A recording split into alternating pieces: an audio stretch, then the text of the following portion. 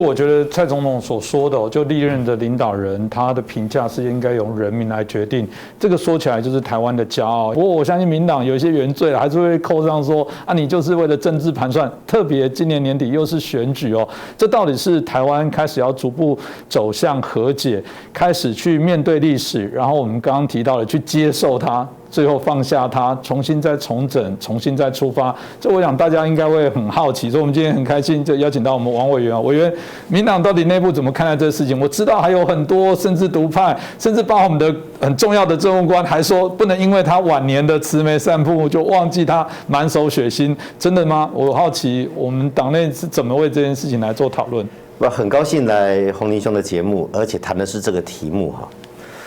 到底对蒋经国的评价、批判、庆祝活动，或者是取他的某一些的想法，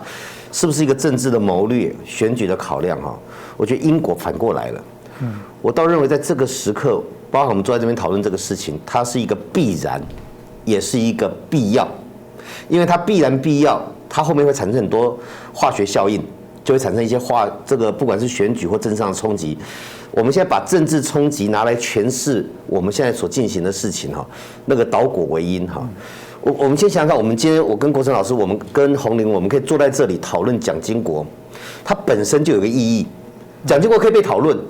现在在看节目的朋友，不管是海外或台湾的，尤其年轻一代，他一定会觉得我讲这句话很无聊，为什么不能讨论？蒋经国是一个既开明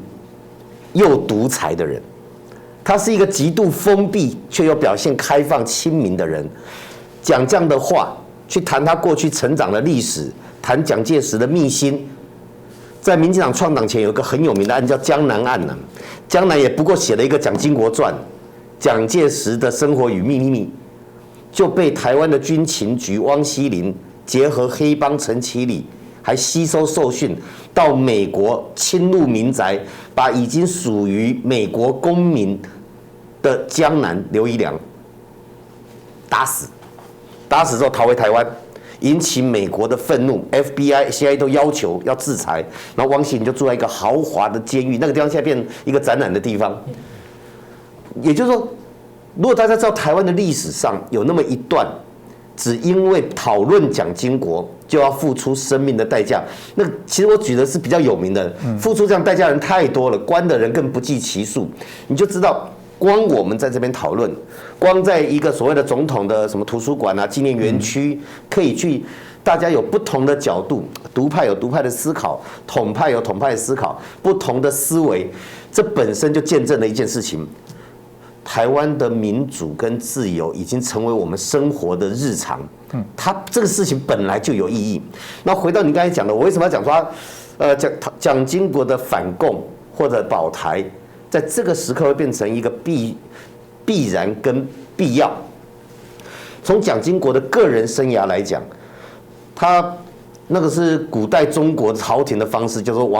交换王子为人质，取得宗主国的信任。蒋介石把儿子交到苏联共产党的手里面，关在那边一个叫孙逸仙学校，在那边培养中国共产党的学校哦。所以蒋经国的求学历程是接受训练，成为一个中国共产党党员的训练。他同学一堆啊，到蒋介石成为所谓的白派。也就是结合资本家，惹恼了苏维埃。那时候蒋经国可能要被枪毙的，后来跟死差不多了，把他丢到那个西伯利亚去劳改。所以他在那一边体会到所谓的共产党哈，不是那些教条，也不是那些主义啊，随时可以要你生要你死，背后的就是权力。他其实在那边学习到权力的运用。所以他回到中国以后，他在中国那一边，一方面呢，对共产党。不管是国共几次合作，在政党的层次，国民党跟共产党的斗争哈，每次合作，国民党都吃亏。然后呢，国共之间互相的杀戮极其残忍，上海案啊什么一堆。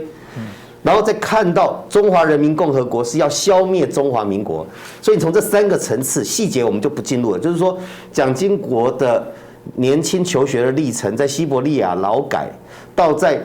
他们中国的所谓国共之间的斗争阶段，到中华人民共和国11见证消灭中华民国，这3个层次来看，他不反共他活不下去，所以那是个必然。为了生存，他一定要反共，不管在国、在党、在他个人，所以他的反共成为一个必然。所以我相信他是真心反共，但是他反共的手段有些是用清乡，有用白色恐怖、用迫害什么的。蒋经国可以被我们这样子整个拆解开来去评价，这就是台湾现况，我们最应该保护的现况。我们可以去看这些证据去评价一个人。那必要的原因在哪里？台湾现在面临的环境，事实上这几十年来没有变，最大威胁也就是我们2350万人生命的威胁、生存的威胁、发展威胁，就中国共产党。所以蒋经国的反共，成为一个可以凝聚，因为来自生存，人类跟动物一样，来自于本能。当你生活在这片土地，你一定会去熟悉生活环境。我家前面有河，后面有山，所以有人说台湾会走本土化，那叫必然。谁不从自己家先了解起？只有不正常的扭曲，在威权统治时期，我们背长江黄河比背这个花莲溪，比背我们2人溪背得还熟。可那个时代已经过去了，那是一个错误的时代。所以，当我们现在年轻这个世代生活在这片土地，住台北的一定会先了解5分埔的历史，住在台北周边的环境。我住台南的，哪里好吃，哪里好玩，哪一间庙有多久的历史，你一定会从自己生活环境去认识。你把它叫本土化也可以。其实我认为那就是一个很正常的人跟土地的结合。另外一面也是人结合了发展了，你一定要生存。个人为了生存努力工作、翻身努力求学，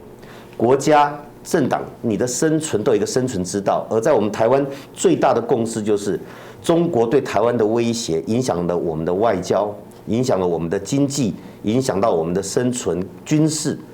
所以当这一个是来自于生存的必要，加上蒋经国是一个反共的象征，那事实上在台湾反共的人物很多，蓝绿都有哦。那我这一部分我佩服蔡英文总统，他这个不好意思批评其他政党了，某个政党主席讲完了一个压力，马上24小时内就缩回来了。蔡英文他知道这是必要走的，他选择一个不是他自己支持群众同温层所熟悉甚至于所喜欢的对象，他选择了一个蓝营认识甚至于老一辈蓝营熟悉的对象蒋经国，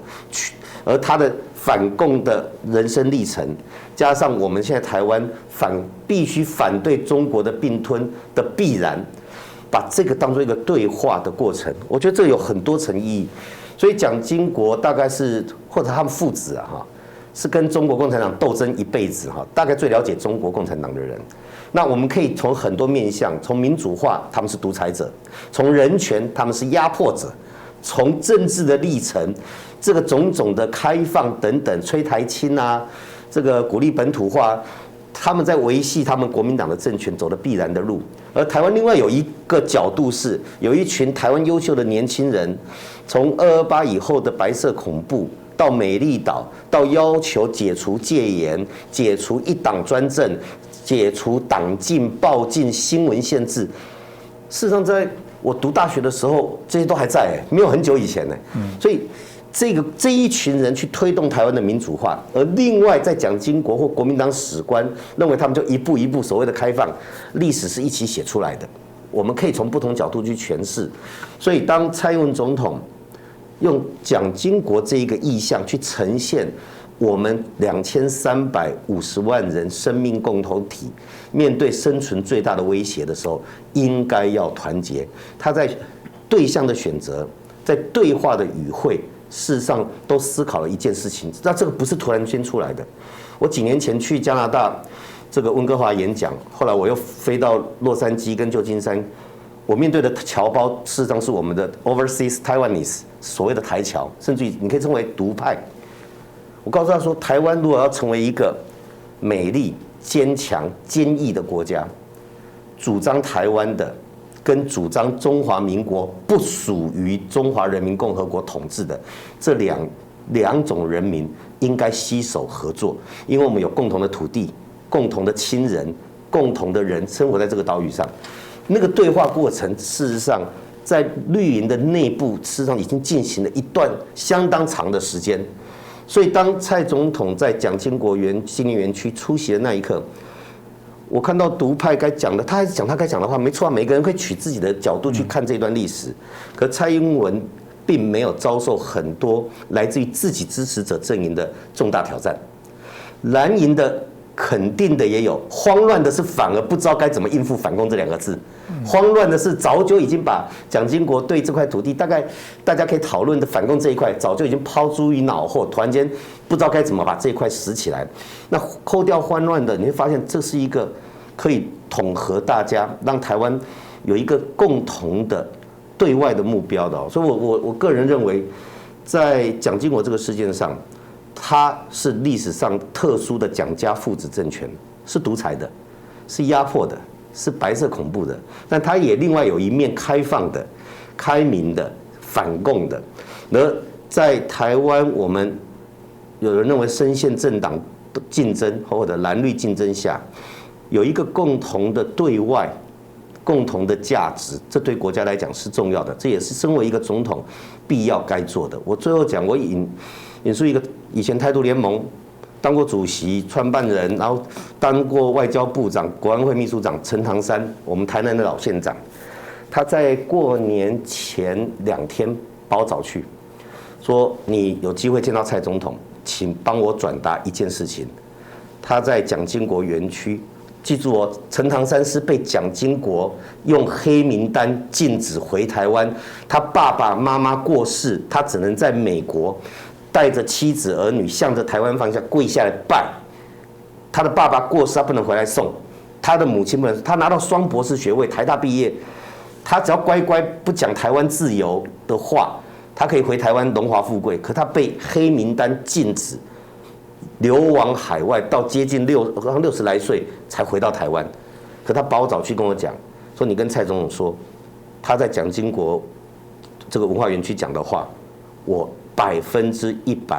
支持他讲。你就知道，事实上在绿营内部的沟通，长时间的累积，大家已经知道说这个国家是共同的，而不是一方政治力量的，而共同的面对威胁的时候，在生存、在保台必然的反共的情形下，跟蓝营的对话，蓝营的民众，那我觉得这个是国家发展当中的必要。